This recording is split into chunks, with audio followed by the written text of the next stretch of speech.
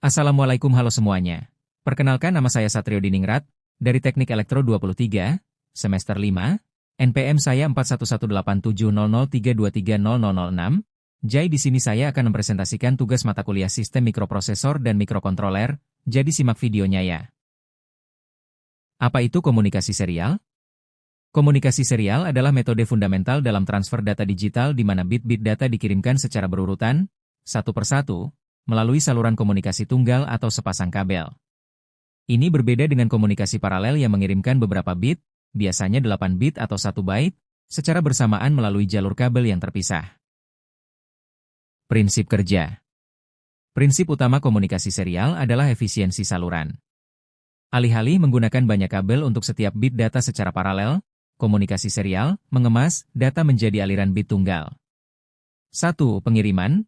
Di sisi pengirim, data paralel, biasanya 8 bit atau 1 byte dari register CPU mikrokontroler, diubah menjadi data serial menggunakan perangkat keras yang disebut UART, Universal Asynchronous Receiver Transmitter. Proses ini menggunakan shift register. 2. Transmisi. Aliran bit dikirim melalui media transmisi, kabel, serat optik, atau nirkabel. 3. Penerimaan.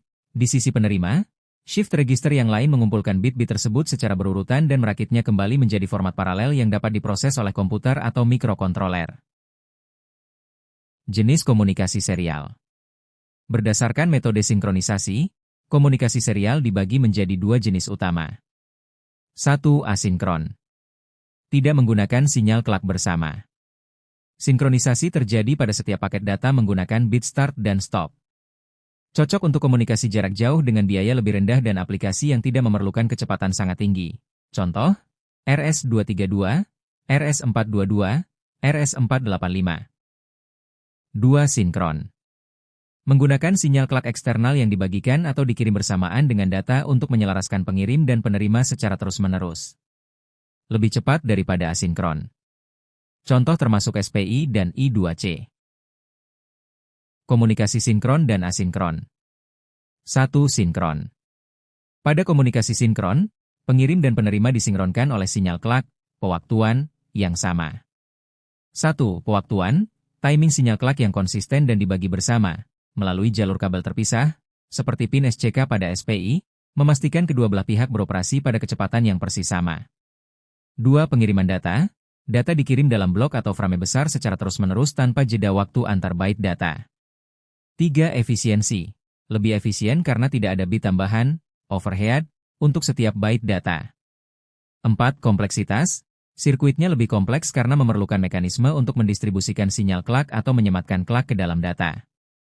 5. Contoh protokol, SPI, I2C, Ethernet, USB, pada level tertentu. 2. Pada komunikasi asinkron, tidak ada sinyal kelak bersama yang dibagikan secara eksplisit.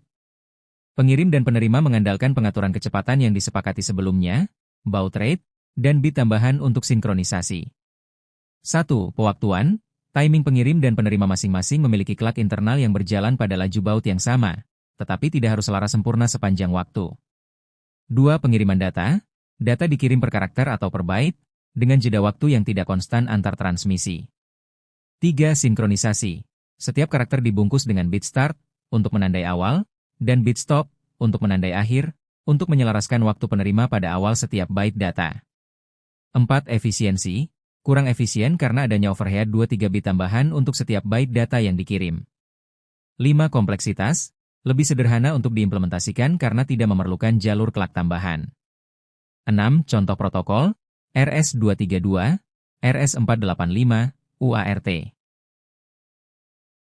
RS-232 adalah standar komunikasi serial tertua dan paling dikenal luas yang ditetapkan oleh Electronic Industries Association, EIA. Standar ini mendefinisikan karakteristik sinyal listrik, fungsi pin, dan antarmuka mekanis, konektor, untuk pertukaran data serial biner antara data terminal equipment, DTE, seperti komputer, dan data circuit terminating equipment, DCE, seperti modem. Karakteristik RS-232. RS-232 beroperasi menggunakan komunikasi serial asinkron full duplex, artinya data dapat dikirim dan diterima secara bersamaan tanpa sinyal kelak yang terpisah. Tegangan sinyal, RS232 menggunakan level tegangan yang berbeda secara signifikan dari logika digital TTL, CMOS biasa, 0V dan J5V. Logika 1. Mark direpresentasikan oleh tegangan negatif antara 5V hingga 15V. Logika 0. Space direpresentasikan oleh tegangan positif antara J5V hingga J15V. Rentang tegangan ini memberikan kekebalan noise yang lebih baik daripada logika TTL pada jarak tertentu.